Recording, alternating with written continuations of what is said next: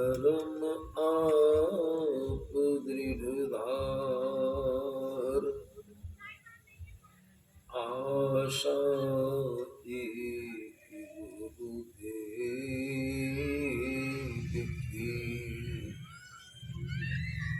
और न चेत विचार, बंदो गुरुपद कृपा सिंधु निर्भूप, महामोहन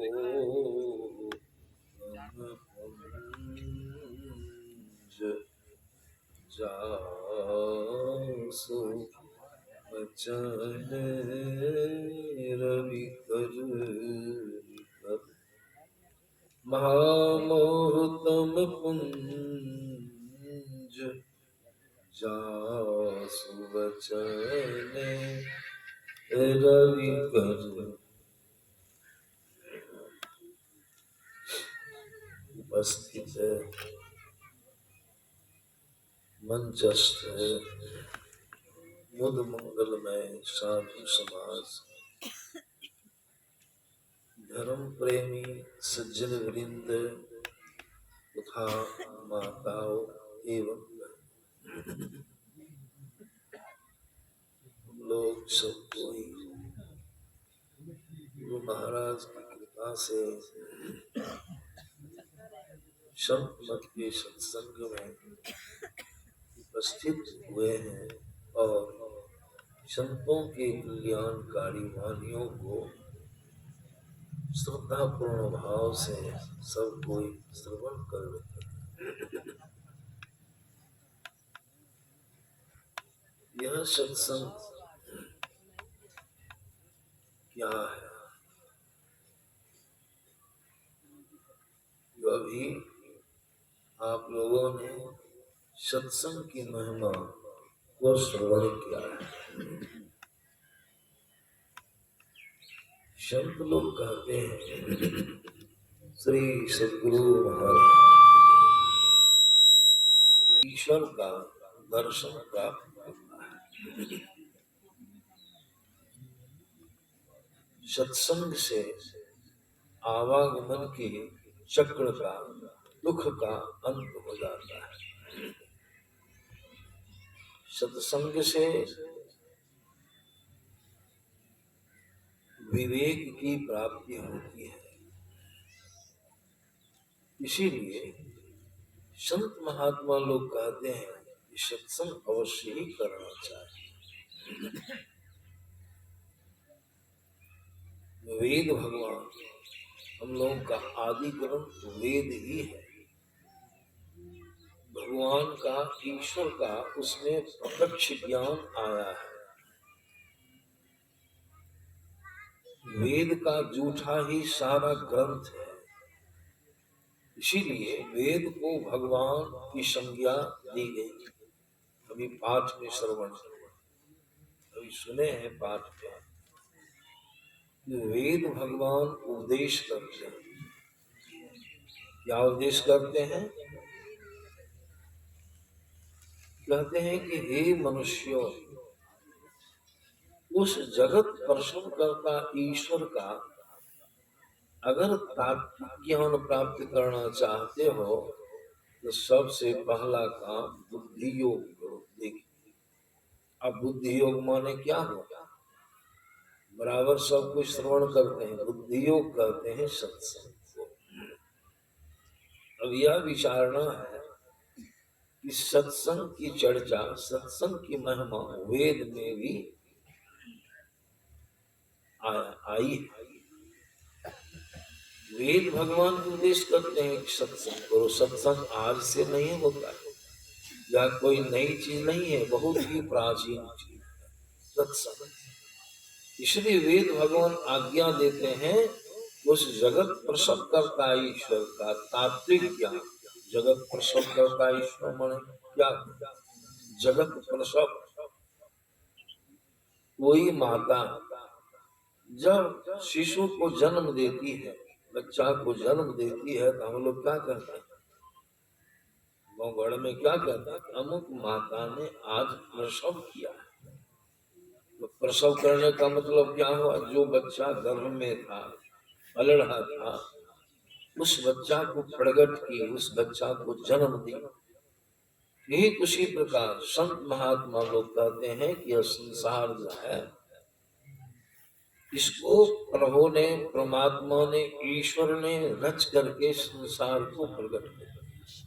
यह परमात्मा की गर्भ, परमात्मा के अंदर यह संसार, और परमात्मा ने संसार को रच दिया, बाहर इसको प्रकट कर दिया, इस संसार का जन्म दिया। एक ही बात, इसलिए परमात्मा को, ईश्वर को प्रसव करता कहा गया है। अब कहते हैं उस प्रसव करता ईश्वर कैसा, वह परमात्मा है। वह ईश्वर कैसा है जिसने इतना सुंदर संसार रच करके प्रकट कर दिया। हमारा शरीर जो प्रत्यक्ष सबको देख रहे हैं, हम लोग का शरीर या मनुष्य का शरीर, इसको किसने बनाया? परमात्मा ने। इसकी बनावट कैसी है, इसकी बनावट कैसी है, किस ढंग से परमात्मा ने बनाया शरीर को, वह कैसा है प्रभु जरूर जानने की इच्छा होनी चाहिए, जिज्ञासा होनी चाहिए। परमात्मा ने सूर्य का निर्माण किया, परमात्मा ने ही हवा का निर्माण किया, परमात्मा ने ही जल बनाया, पृथ्वी बनाया, सारे नक्षत्रों का निर्माण किया। सारी चीजें परमात्मा के द्वारा निर्मित है। यह कैसा शोभायमान संसार है। इसको बाबा कबीर की वाणी में सुनिएगा, बाबा कबीर भी इस तरह की बातें बोलते हैं, कहते हैं। बाबा कबीर क्या कहते हैं, हरि दर्जी का मर्म न पाया, जिन यह चोला अजब बनाया। चोला में न शरीर, संसार, उस परमात्मा के मर्म को जाने हम लोग नहीं। संत लोग का तो शरीर के बनाने वाले, संसार के बनाने वाले जो ईश्वर है, परमात्मा है, अगर उसको जान लीजिएगा, संतों के ज्ञान में आया है, अगर प्रभु का दर्शन हो जाए, वास्तविक दर्शन, स्वरूपतः दर्शन, मूलतः तात्विक दर्शन अगर उस परमात्मा का हो जाए, इस जीव को, मन आपको, तो परिणाम क्या होगा? जो उस प्रभु को जान लेता, उसका दर्शन कर लेता है, उसका आवागमन का जो चक्र चल रहा है, यह आवागमन का चक्र, जन्मना मरना, जो सब दुखों के का कारण, इस समय देखिए प्रभु को जानने से क्या होगा, सब बंधनों से, अष्टोल, सूक्ष्म कारण, महाकारण, सभी शरीरों से आप छूट जाइए। आपका जन्म मरण नहीं होगा। जन्मने मरने में कितनी पीड़ा, कितना कष्ट देखे सबों को मालूम। तुलसीदास जी महाराज की वाणी में आया है, जन्मत मरत दुसह दुख, जन्मत मरत दुसह दुख हुई। इसी को हमारे गुरु महाराज अपनी वाणी में व्यक्त किया, आवागमन सम दुख दूजा है नहीं जग में कोई, इसके निवारण के लिए प्रभु भक्ति करनी। क्यों भक्ति करनी चाहिए? तो भक्ति के माध्यम से परमात्मा को जान। इसीलिए और संत लोग कहते इन सारी चीजों का जो ज्ञान हो रहा है, सुन रहे हैं, इतना ज्ञान हो रहा है, सारी बातों की जानकारी आपको कहाँ हो रही है, कहाँ बैठे, ज्ञान कहाँ हो रहा है? सत्संग। सारी बातों का ज्ञान आपको सत्संग में ही होगा। इसीलिए संत महात्मा लोग कहते हैं पहला काम भक्ति योग सत्संग। इस प्रभु को जानना चाहते हो तो पहला काम, बाबा कबीर की वाणी में भी आपने श्रवण किया पाठ। बाबा कबीर क्या कहते हैं, मैं तो आन पड़ी, मैं तो आन पड़ी मतलब क्या हो, मैं माने क्या हो? कबीर साहब अपने पर लेकर के कहते हैं मैं तो आन पड़ी। अभी हम लोग आके पड़ गए हैं कहाँ? इस मोहल्ला का नाम हमको ख्याल नहीं।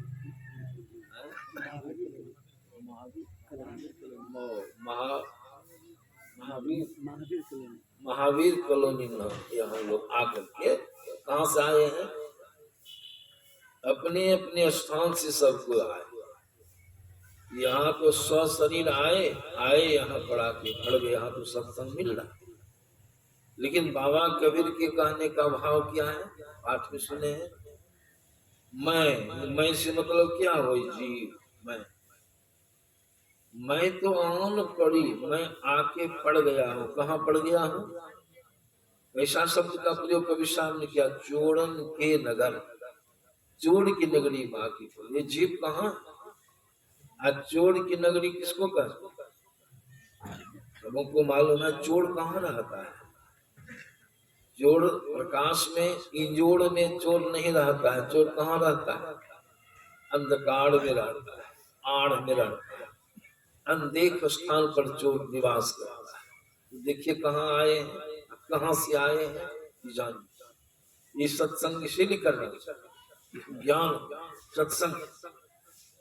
बाबा के मुझे मैं तुमान पड़ी, मैं जो हूँ चेतन आत्मा, जीवात्मा, प्रभु का अंश, मैं आकर के कर कहाँ पड़ा हूँ? चोर की नगरी। चोर की नगरी क्या है, कहाँ है? सो देखिए मालूम पड़ जाएगा कि आप कहाँ आए हैं, पता चल जाएगा चोर की नगरी क्या है। आंखों को बंद करके जब अंदर में निहारते हैं, देखते हैं तो क्या झलकता है? आंखों को बंद करके सबको देखिए तो क्या झलकेगा? अंधकार। किसको झलका अंधकार? किसको मालूम पड़ा? किसको दिखाई पड़ रहा है अंधकार? तो कहिएगा हमको, मैंने आप, मुझको। एक ही बात, आपको, हमको, मुझको। मतलब क्या हो? आप जो है अंधकार को देख रहे हैं, इसका मतलब क्या हो? आप उस अंधकार में हैं तब नहीं देख रहे हैं। शरीर के अंदर में आंखों को बंद कर देखे, अंधकार, अंधकार में आप है। मतलब क्या हुआ? देखे कहाँ पड़े हैं, या उससे के अगल बगल भी जाते हैं अंधकार से, उस अंधेरी कोठरी से नहीं, हमेशा 12 मास उस अंधकार की कुंड में पड़े। पहले तो नहीं थे, लेकिन आए हैं। कवि साहब कहते आए हैं, आके पड़े जन्म जन्मांतरों से। इस बार ही सिर्फ नहीं, यह ख्याल रखना। इसलिए बाबा कबीर उस अंधकार के बारे में ही कहते, विषय में ही कि मैं तो आंख पड़ी चोरन के नगर, सत्संग बिना जिए तरसे सत्संग की प्राप्ति।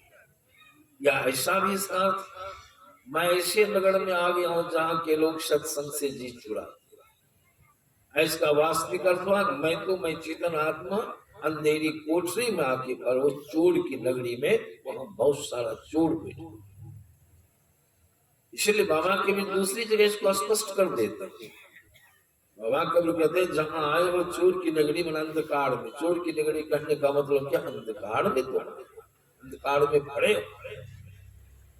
कभी साथ कहते हैं ऐसा अंधकार है जिस कोठरी में तुम रहते हो, एक तो अंधेरी कोठरी,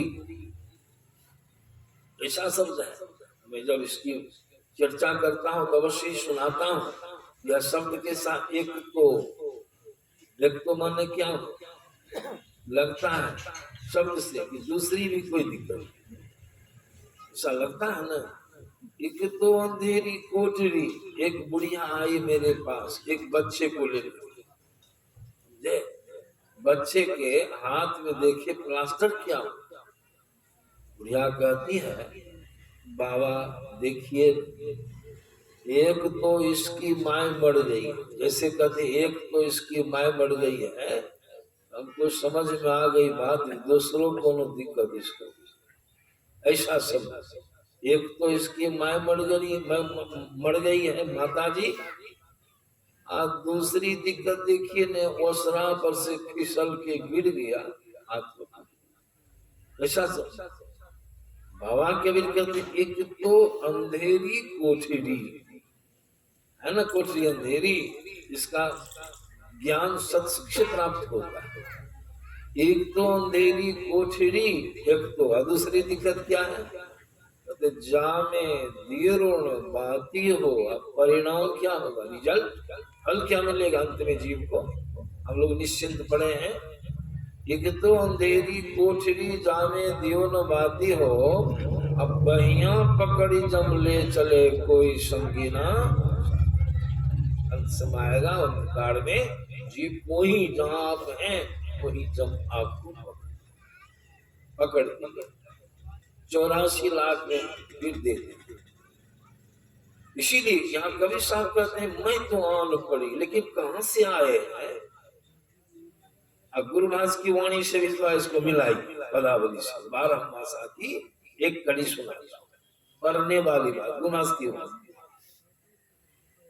पहले कहां थे, निःशब्द परमात्मा, निःशब्दम परम पदम, निःशब्द में थे। और सृष्टि के प्रवाह में सृष्टि की जो धारा निकली, रचना की जो धारा निकली, उस धारा में हम जहां थे वहां से बस चले। निःशब्द से कहां आए, नीचे उतर रहे, स्थूलता की ओर, दुख की ओर, सुख से दुख की ओर, वहां से चले ऊपर से आए। पहले कहां आए, शब्द, शब्द में आए, फिर शब्द से भी नीचे खिसके आप जीव हम और आप कहां आए, प्रकाश मंडल। अब प्रकाश भी नहीं रुके, वहां से भी प्रवाह में नीचे आए।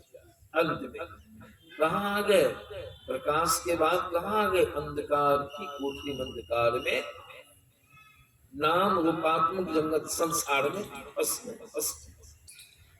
इसी को हमारे गुरु महाराज ने व्यक्त किया। बराबर कहते हैं गुरु अपनी वाणी में, तम प्रकाश अरु शब्द, तम प्रकाश अरु शब्द निःशब्द की कोठरी, तम प्रकाश अरु शब्द निःशब्द की कोठरी, चारों कोठरियां आई अंदर घट कोठरी। कितनी कोठरियां होगी गिन लीजिए, तम प्रकाश और शब्द अनिशब्द,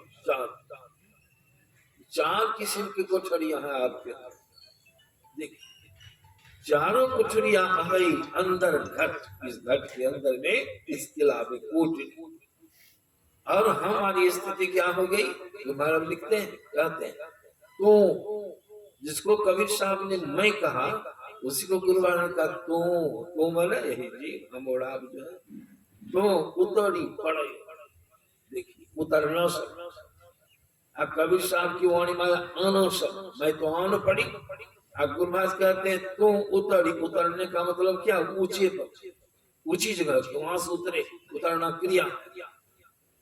तो उतरी पड़े, उतर के पड़ गए हो कहा, कबीर साहब ने तो कहा चोर की नगरी। या गुरुदास क्या कहते हैं, तुम उतरी पड़े तम माही, तुम उतरी पड़े तम माही, तम के मंत्र है कि नहीं।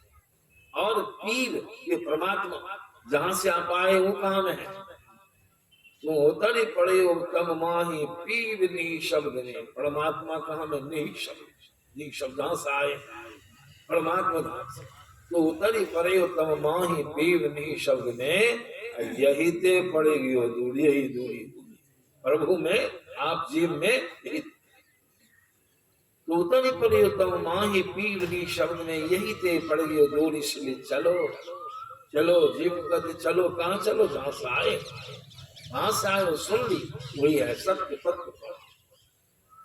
चलो निःशब्द में, इसलिए तुमको कहां जाना है, निःशब्द में जाना, निःशब्द। वहां जाने से क्या होगा, फिर आवागमन का चक्र आपका समाप्त हो जाएगा, जन्म मरण का चक्र समाप्त हो, प्रभु का दर्शन हो जाएगा, अपने धाम में आप चले आगे बढ़े। इसीलिए वेद भगवान कहते हैं अगर प्रभु को जानना चाहते हो तो यह सब ज्ञान अभी हम लोग को कहाँ हो रहा है,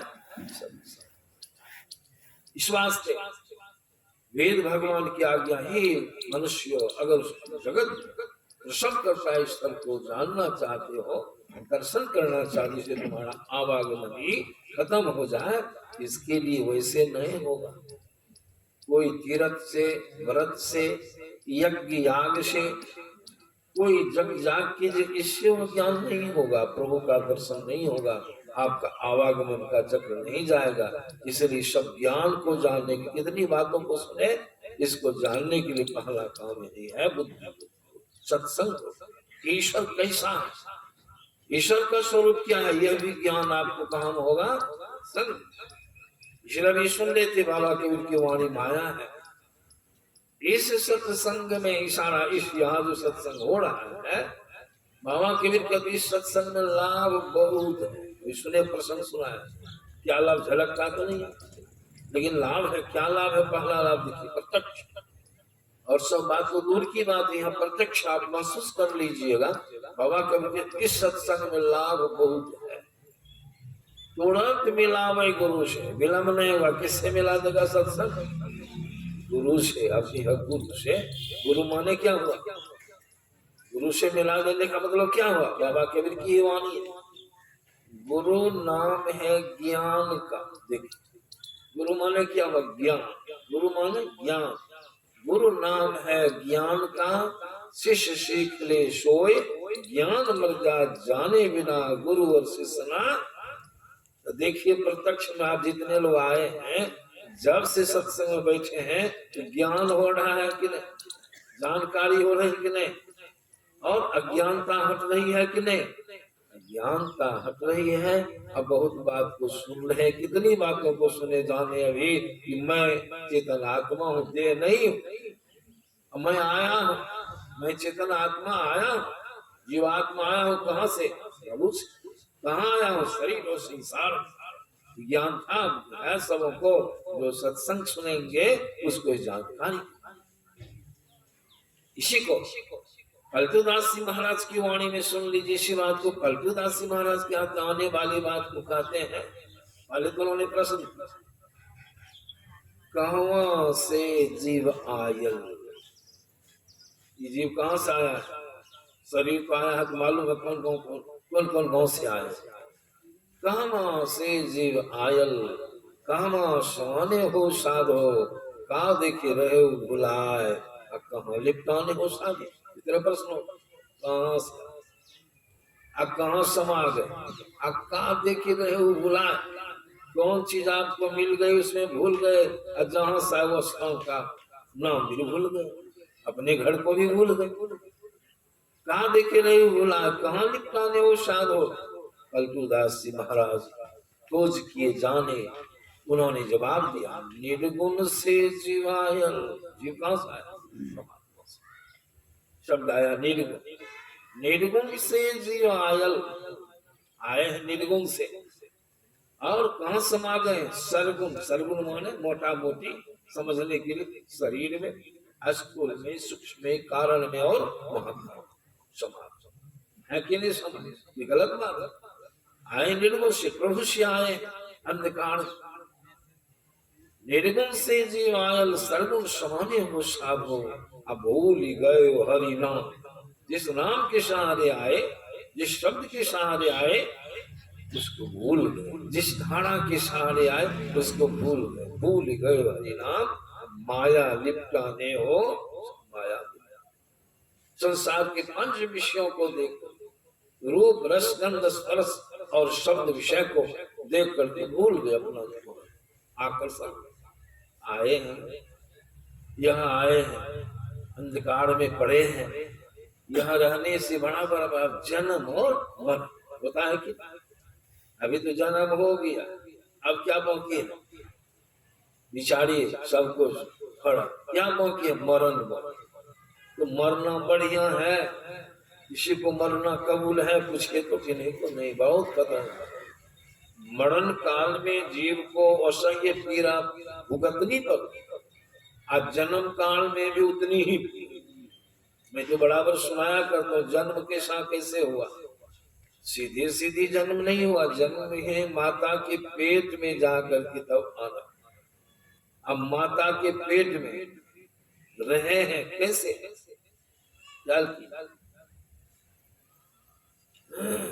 माता के घर में जो रहे हैं, लेकिन हम बोलते हैं उधरों से बोलता है बाधा। श्री सदगुरु उल्टी आवाज, तो कहते हैं अब सुनिए, अब दोपहर से इसको ठीक कर दिया।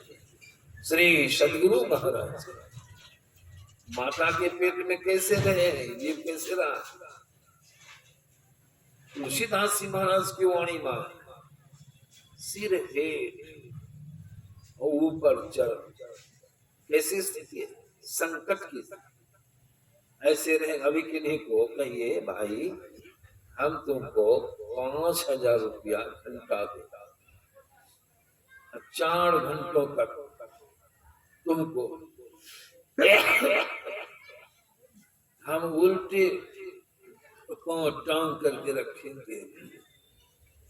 कोई गरीब आदमी भी तैयार होगा 4 घंटों तक उसके पांव को बांध दी और उसके अंदर एक डंडा घुसा कर खंभा बांध उल्टे उसको बांध दी, उल्टा बहादुर की तरफ।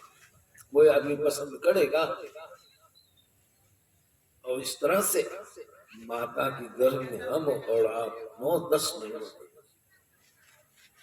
इतना ही नहीं, वहां की जगह इतनी संकीर्ण कि आप सिमटे हुए रहे, न हाथ चला सकते हैं न पांव चला सकते हैं, बहुत कष्ट।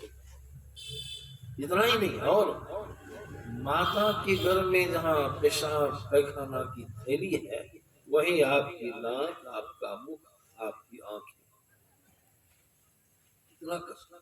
और क्या, जिस लाड़ पुड़ैन में यह शरीर लिपटा रहता है चादर में, अंदर में, उसमें सैकड़ों कीटाणु होते हैं।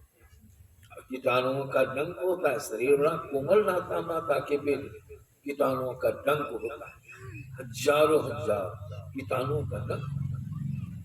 एक मक्खन काटता है तो हम लोग की छिलमिली छूटने लगती है, और वहां इतने कीटाणुओं का डंक होगा क्या? नोचियो सकिएगा ऐसे से, हंसो तो लीजिएगा, बाहर हंसो तो लिए, नचवा लिए, कछ बचा के बच्चा डरता है। हम और आप रहे।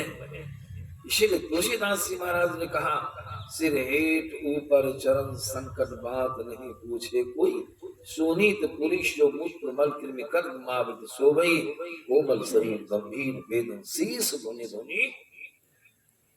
कोई स्वतंत्रता है आपको? बड़ी कोई गप करने वाला नहीं, किसी को देख सकते, न माता से बातचीत हो सकती, कोई गपशप होगा? कितना संकट का समय है, वह ख्याल में है कि नहीं को अंदर वाला दुख किन्हीं को। अगर ख्याल हो जाता अब तो बहुत डर के प्रभु का भजन करने में लग जाते, उस प्रभु को जानने का प्रयास करने लग जाते, वो डर कष्ट प्रभु से जब प्रार्थना किए, रोए, बहुत शीश धुनी धुनी रोए, तो प्रभु को आपकी रुलाई जब मालूम पड़ी, वो तो अंतर्यामी है, सारी बातों को जानने वाले, आपकी रुलाई से द्रवित हो गए, उनको दया। जब दया आगे तक प्रभु ने क्या काम किया? प्रसव पीड़ा को प्रवाहित किया। तब माता प्रसव करती है, बच्चा का जन्म हुआ, जैसे बाहर निकले, लेकिन निकलने के साथ ही आंखें खुल गई। देख रहे हैं पांव चला रहा है बच्चा, हाथ चला रहा है कि नहीं? स्वतंत्रता थी। काल कोठरी कष्ट समाधि युवा जन्म। अभी भी जो जी रहे हैं, जीवन जी रहे हैं, यह भी दुख के साथ, सुख नहीं है। जब तक पंच विषयों को भोगते हैं अच्छा लगता है, और उसके बाद तो फिर मानसिक पीड़ा है, शारीरिक पीड़ा है, अनेक प्रकार की पीड़ाओं से आप जीव पीड़ित रहते हैं। इस तरह से दुख के साथ समय जीवन बिताते बिताते अंत में समय कौन से कहा जाएगा? मरण काल। क्या आ जाएगा? मरण काल के साथ। उसमें देखते हैं गर्री आ जाती, आंखें उलट जाती है, दोनों पुतली आंखों। जम बहुत त्रास देता है, बहुत पीड़ा देगा। उसी अंधकार में जम बैठा जहां आप हैं, वहीं जम आपको ग्रसे, तब जाके तुरंत करके 56 प्रकार की प्यास जीव को जम लगाता है। मरण काल में 56 प्रकार की प्यास लगता है, त्रास। अंत में व्याकुल होके छटपटा करके तड़पड़ा करके यह जीव शरीर को जान, शरीर को भी त्यागे तो शरीर छूट गया, मरे मरे तो कहाँ, अंधकार से ही निकले, ख्याल की अंधकार से निकला, 9 द्वार से निकले। जिस द्वार से शरीर माँ के प्रवेश के 10वां द्वार, वह द्वार बंद है, वह द्वार आप जान नहीं सकते हैं, वह बहुत 10वां द्वार, वह द्वार बंद है। जब ने इसको अंधकार के पट से बंद कर दिया है। जब भी जीव निकलेगा 9 द्वार से बाहर, 9 द्वार से, और 9 द्वार से निकलने का परिणाम क्या होगा? फिर संसार में 84 लाख प्रभु के यहाँ तो नहीं है जा सकता, उनका दर्शन नहीं, कल्याण नहीं होगा। फिर जन्म, फिर मरण। तो अभी तो मनुष्य के शरीर में आए हैं, अब फिर कर्म ऐसा हो रहा है कि अभी मात संत लोग बताते हैं पशु का शरीर भी है, 84 लाख किस्म की योनियां हैं, उन सब शरीर में भी जाना होगा। अब फिर अब मरण होगा तो फिर जन्म होगा, मरण होगा तो फिर जन्म में कहा किस स्थिति में रहना होगा? वही जो सुने माता गर्भ में फिर उतनी, फिर जन्म, फिर मरण, मरण कभी छूटने वाला है? हमारे गुरु महाराज ने पदावली बड़ा सुंदर दर्शाया है। कहते हैं गुरु महाराज की वाणी माया है, संस्कृति संताप से कांप रहे, संस्कृति संताप से कांप रहे, बब भौर बर्मद जीव हाँफ रहे, जिन्हें ढाढ़स दे समझाए के गुरु नाम स्मर सत्सुख।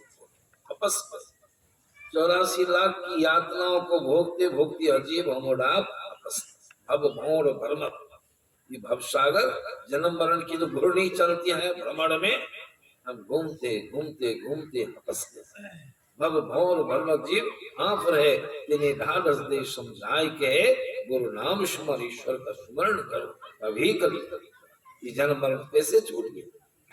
इसीलिए संत महात्मा लोग कहते हैं उस प्रभु को जानो। प्रभु को जानने के लिए उनके संबंध में उनके स्वरूप का ज्ञान होना चाहिए। इसीलिए वेद भगवान की आज्ञा हुई, इन सारी बातों को, जितनी बातों को भी सुने हैं, यह सब ज्ञान का विषय है। यह ज्ञान सत्संग के माध्यम से प्रत्यक्ष में हो रहा है। पहली महिमा तो यही थी। इसीलिए वेद भगवान का कहना हुआ, हे जीव, अगर तुम कल्याण चाहते हो, जन्म मरण के चक्र से छूटना चाहते हो, तो प्रभु को जानो। अब एक बात पर विचार करो, उस प्रभु को जानने के लिए क्या करना होगा? कैसे, कहाँ में जानिएगा प्रभु को? प्रभु का धाम, प्रभु का स्वरूप क्या है, ये भी मालूम है सब, सत्संग के द्वारा मालूम हो जाता है। उस प्रभु का तात्विक ज्ञान प्राप्त करने के लिए, दर्शन करने के लिए जीव को प्रभु के पास ही जाना। कहाँ जाना होगा? जहां से आए हैं वही न जाना होगा, वही न प्रभु विराजमान है। प्रकृति पार प्रभु तो सब जगह है, सर्वव्यापक है, और सर्वव्यापकता के पड़े उनका निज मंडल हुआ। जहां से आप आए हैं, संत महात्मा लोग कहते वहां जाना है, वहां जाइएगा तो प्रभु का दर्शन होगा। और दर्शन करने में सब शरीर आपका छूट जाएगा, तब दर्शन भी जाइएगा तब प्रभु के पास। कैसे जाइएगा? प्रभु का दर्शन कौन करेगा? आंख करेगी क्या? नाक से प्रभु का ज्ञान होगा क्या? कान से नहीं।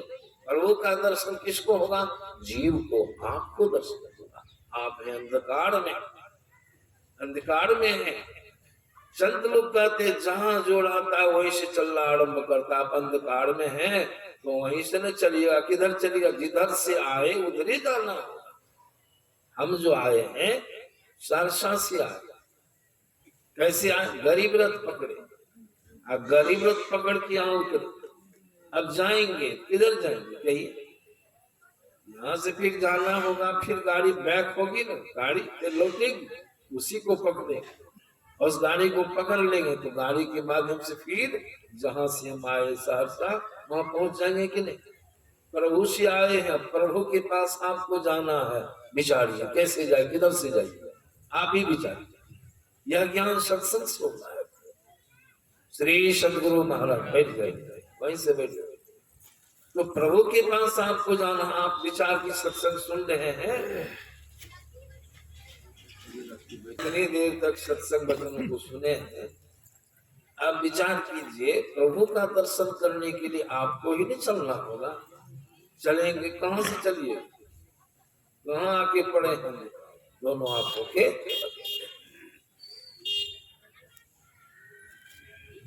श्री सदगुरु आपको चलना होगा। अब देखिए, वेद भगवान ऐसा क्यों कहे, स्पष्ट हो जाएगा। अब आपको चलना, सारी बातों को सुन लिए, आए हैं, कहाँ आए हैं? अंधकार की कुंड में, वहां से आगे पड़े हैं।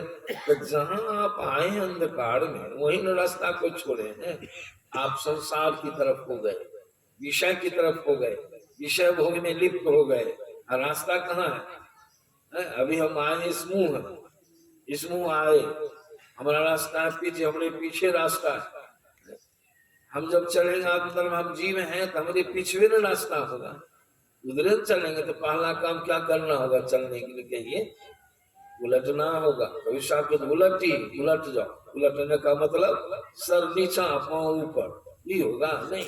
कौन उल्टेगा? देह उल्टेगी का आप उलटिएगा? आपको उलटना होगा। अंतर्मुख, आंखों को बंद करना। अब बंद करके तब अंदर में आपके पीछे रास्ता है, जैसे जैसे आए वैसे वैसे आपको चलना है। उधर से कैसे आए? निशब्द से शब्द में आए, शब्द से प्रकाश में आए, प्रकाश के बाद कहाँ आ गए? अंधकार में आके पड़ गए, नाम रूप में फंस गए। अब इधर से आपको चलना है। कैसे कैसे जाइएगा? कहिए, अंधकार ही न सहारा बनेगा, अंधकार से ही चलना है, अंधकार में ही रास्ता है।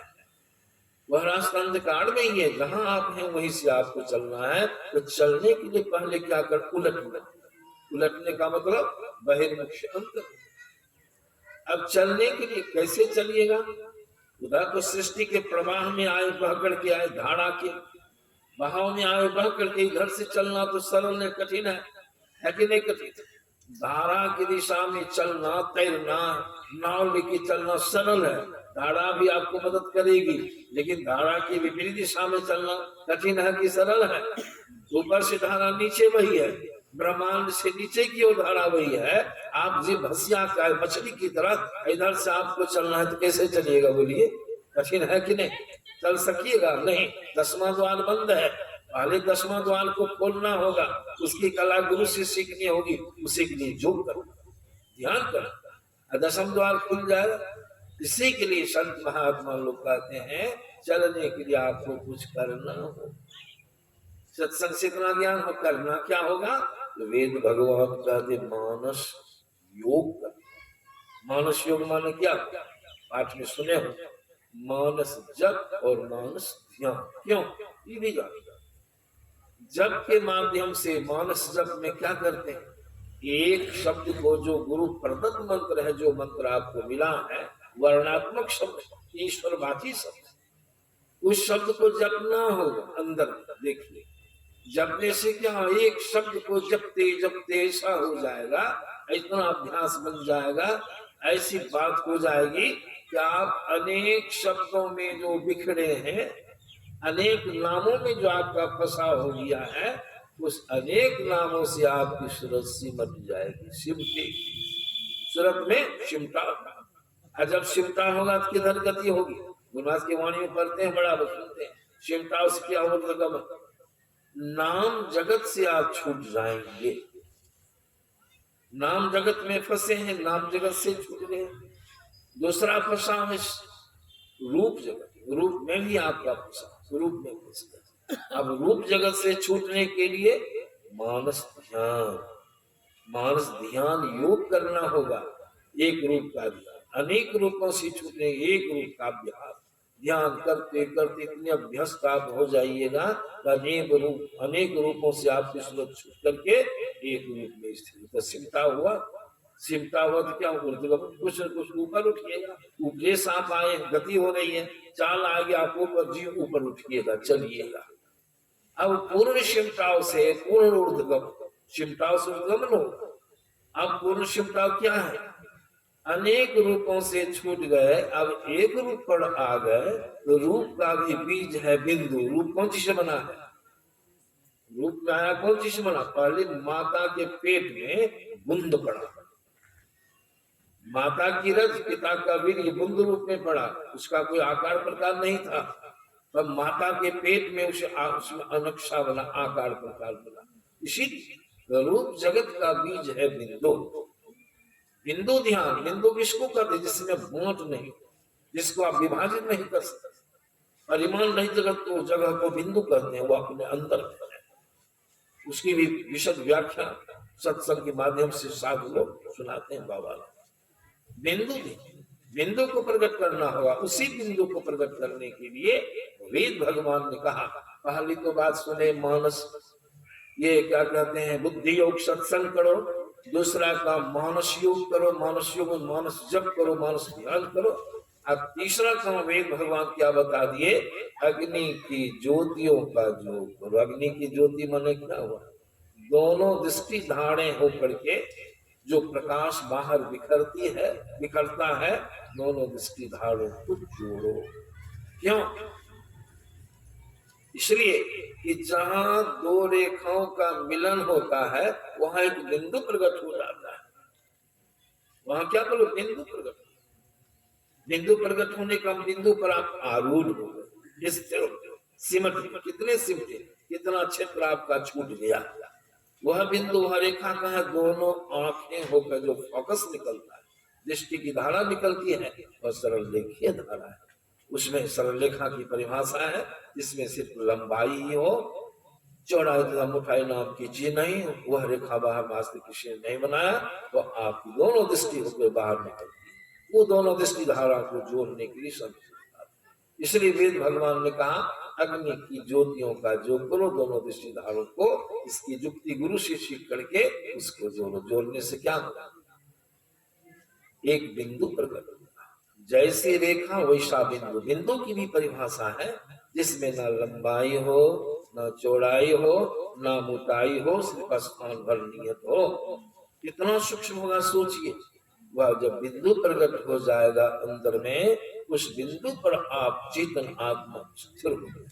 कितना छोटे, पूर्ण क्षमता। पूर्ण क्षमता होने से स्थूल शरीर से आप पूर्ण रूप से सिमट गए, आपका ऊर्ध्वगमन हो गया। 10वां द्वार, दोनों दृष्टि धारों को जोड़ने से इस क्रिया में जो सफल हो जाता है, उसका 10वां द्वार खुला का अंधकार पड़ जाता, प्रकाश में चला जाता। पूरी अवस्था, पहली अवस्था है सूक्ष्म। ये देखिए तरफ, इससे विदित हो जाता है कि वेद भगवान की जो आज्ञा है, ये सब करने की सहायक जगती है। इस ढंग से जब आपका ऊर्ध्वगमन हो गया, पूरी अवस्था में चले गए, 10वां द्वार खुल गया, अंधकार टूट गया, प्रकाश में चले गए। और भी साधनाएं, उन साधनाओं के माध्यम से अंदर में जो आपकी गति होगी, आप अंदर अंदर चलेंगे। अष्टो सूक्ष्म कारण महाकारण कैवल्यों के पार, तन में फिर पांचों तन पाड़ा जा पाओ प्रभु साथ। आपका गमन हो जाएगा। इस अपनी शब्द में जब जाएंगे, प्रभु का दर्शन हो जाएगा।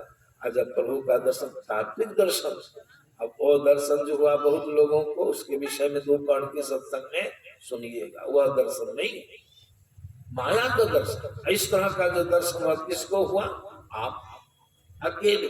कैसे अकेले हो गए, तो चलने में स्थूल छूट गया, सूक्ष्म छूट गया, कारण छूट गया, महाकारण छूट गया, सभी इंद्रियों का संग छूट गया। आप अकेले तो हो गए।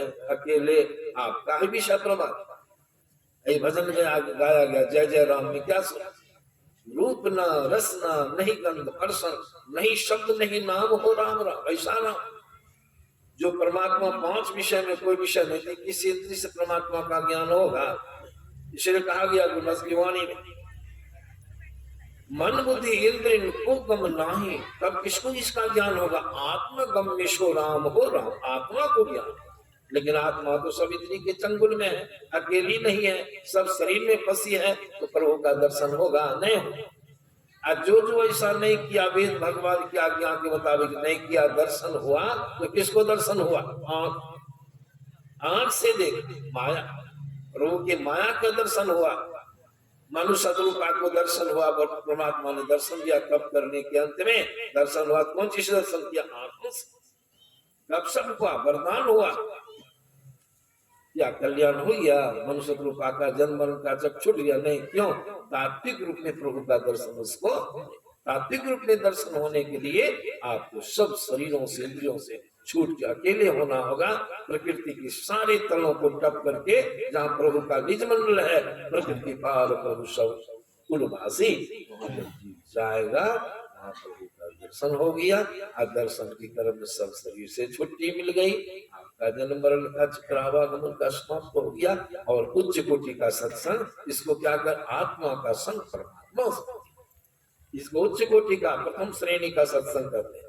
इसको बाबा कबीर ने कहा, ऊंचा महल अगमपुर जहाँ संत समागम हो, आज जो कोई पहुंचे वही गम नगरी आवागमन ना। मतलब क्या हुआ, आत्मा वहां प्रभु के पास जाके प्रभु में जाके मिल गई। इसको हमारे गुरु ने कहा, हम प्रभु, अब प्रभु में आप में कोई भेद नहीं रहा, द्वैत नहीं रहा, आप ही प्रभु। बहुत लोग अभी हम ही भगवान, बहुत लोग अभी कहते हैं, लेकिन संत लोग कहते अभी नहीं, अभी तो प्रभु के अंश हो तुम, वो भगवान जरूर, लेकिन आवरणों से आवरणित हो, इसलिए प्रभु के अंश हो तुम। इस बात से संत लोग कहते हैं वहां जाने पर ऐसा ज्ञान हो जाएगा, हम प्रभु प्रभु हम एक ही होई, अद्वंत और द्वैत रहे नहीं, मैं ही ऐसी आरती कीजे अब मह जन्म बहुरी नहीं। इस तरह से वेद भगवान की आज्ञा, सत्संग की महिमा, जड़ में सत्संग ही आया। जब तक सत्संग नहीं करेंगे आपका कल्याण का मार्ग खुल नहीं सकता है। इसलिए भगवान राम की वाणी में भी आया, बड़े भाग्य पाइए सत्संगा, ये नहीं प्रयास हो ही भवो। सत्संग की बड़ी बड़ी महिमा है और सारी बातें हैं। समय हो गया 12 लगभग में, इसीलिए आप लोग को लगता है कि और भी सुनना चाहते हैं, लेकिन समय तो हो गया 12। फिर भोजन कीजिएगा, विश्राम, आज विलंब से सत्संग आरंभ हुआ, इसलिए यही पर सत्संग को विराम दिया जाता है। अपनी वाणी विराम देता हूँ। श्री सद्गुरु